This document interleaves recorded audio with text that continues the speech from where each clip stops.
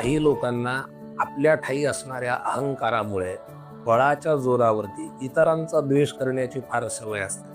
भगवान आसुरी संपत्तीचा अर्जुनाला उपदेश करताना म्हणतात, अर्जुना, अहंकारं बलं दर्पं कामं क्रोधं च संश्रिताः मामात्म परदेहेषु प्रद्विषंतो व्यसूयकाः.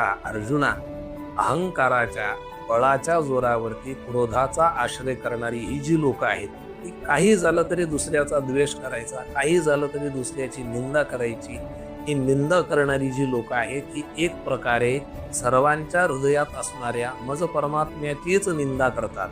अर्थात आपण जर दुसऱ्याची निंदा केली तर ती त्या व्यक्तीची निंदा नसून त्या व्यक्तीत असणाऱ्या परमात्म तत्वाची निंदा होते.